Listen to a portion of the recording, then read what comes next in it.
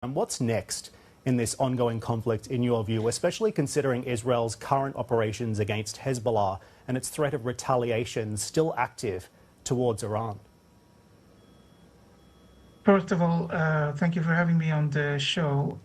Retaliation or Israeli response for the 180 missiles Iran fired at Israel last week is coming. And it's going to be very strong, very harsh. It's being coordinated with the Americans. And you can see the Iranians are actually very, very scared. They're in a panic state, threatening the area, threatening to, first, for example, attack oil facilities in neighboring Arab countries if that goes ahead. All this is happening while Israel is actually fighting several arenas at the same time. In Gaza, continued operations against Hamas terrorists. In Lebanon, a very, very massive, aggressive campaign against Hezbollah, including ground incursion and some of the heavy bombardments of Beirut I've ever seen, with lots of after explosions, because when an Israeli missile hits a weapons depot, there's lots of after explosions. Israel is also attacking in the border with between Lebanon and Syria, inside Syria. This is not going to subside or become even calmer until there is a major shift in the power balance or the play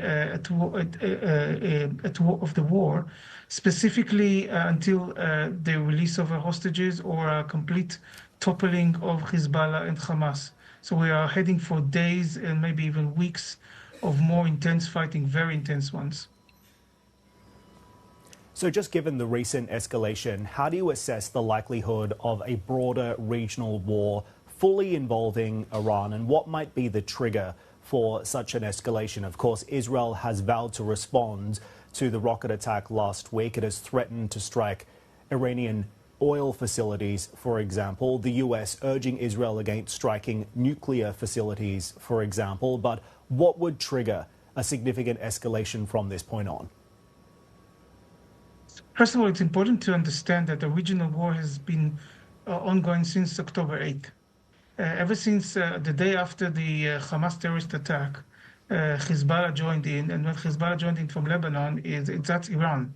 And from that point onwards, we have the Houthi rebels from Yemen and the Shiite militias in Syria and Iraq also firing drones and missiles and rockets, and you name it. So a regional war is already ongoing.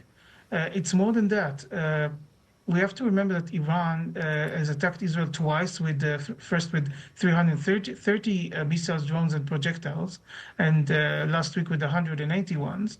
And that Iran is an ally that supplies weapons of all sorts to Russia in the fight, in Russia's war against Ukraine. So Russia's war against the West or against NATO. So this is not, it's more than a regional war, it's a global war from day one. Possibly the point of escalation would be if the attack would force Iran to do, if an Israeli attack now, force Iran to do even something more stupid, to entice the US to attack. So far, US position in the region is defensive. So they're shooting down Houthi missiles that attack ships heading towards the Red Sea. They are protecting or intercepting missiles with other Arab allies in the region, but they're not on the active attack, with the exception of maybe ISIS in Syria and Iraq. So that threshold, if that is passed, and U.S. has to join the war just to protect Israel, and then we are facing a new stage which is even more flammable.